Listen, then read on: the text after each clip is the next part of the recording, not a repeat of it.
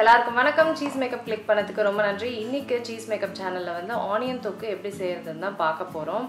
So இந்த தொக்கு ரொம்ப ஈஸியாக செஞ்சிடலாம். ரைஸுக்கு, இட்லி தோசைக்கெலாம் சூப்பராக இருக்கும், ரொம்ப டேஸ்டியாக இருக்கும். இதை எப்படி செஞ்சேன்னு பார்க்கறதுக்கு முன்னாடி மறக்காம சீஸ் கிச்சனுக்கு சப்ஸ்கிரைப் பண்ணுங்கள், லைக் பண்ணுங்கள், உங்கள் நண்பர்களுக்கும் வீடியோ ஷேர் பண்ணி விடுங்க. இப்போ வாங்க வீடியோக்குள்ளே போகலாம். ஸோ வெங்காய தொக்குக்கு நான் வந்து கடாயில் ஆயில் சேர்க்குறேன். ஆயில் நல்லா தாராளமாக சேர்த்துக்கோங்க. ஆயில் நல்லா ஹீட் ஆகணும். ஆயிலில் கடுகு ஆட் பண்ணுறேன். கடுகு வெடிக்கணும்.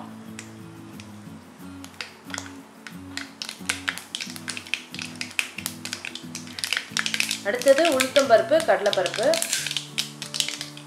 கருவேப்பிலை, இடிச்ச பூண்டு,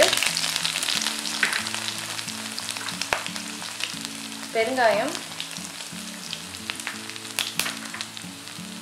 இதை வந்து நல்லா சாட்டே பண்ணிக்கணும். உளுத்தம்பருப்பு, கடலைப்பருப்பு நல்லா ப்ரௌன் ஆகணும்.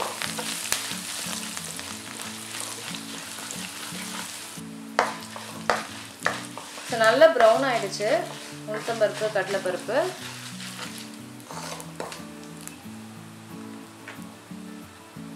இப்போ வெங்காயம் சேர்க்குறேன்.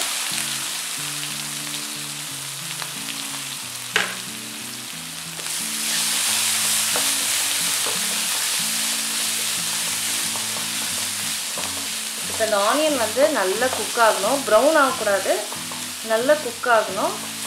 எப்படியும் வந்து ஒரு 3-4 மினிட்ஸ் ஆகிடும். இன்னும் ஆயில் கூட நான் ஆட் பண்ணிக்க போகிறேன்.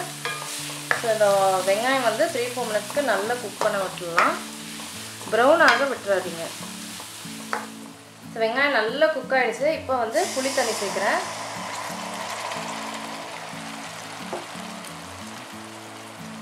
புளி தண்ணி சேர்த்துட்டு அதோட மசாலாக்கள் சேர்க்க போகிறேன்.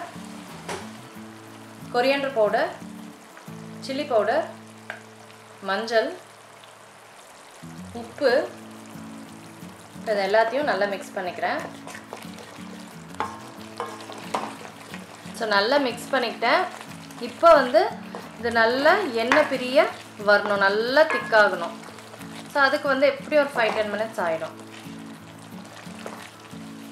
ஸோ அவ்வளோதாங்க, சூப்பரான வெங்காய தொக்கு ரெடி ஆகிடுச்சு. நல்ல திக்காக சூப்பராக இருக்கும். ரொம்ப ஈஸியாக அதை செஞ்சிடலாம்.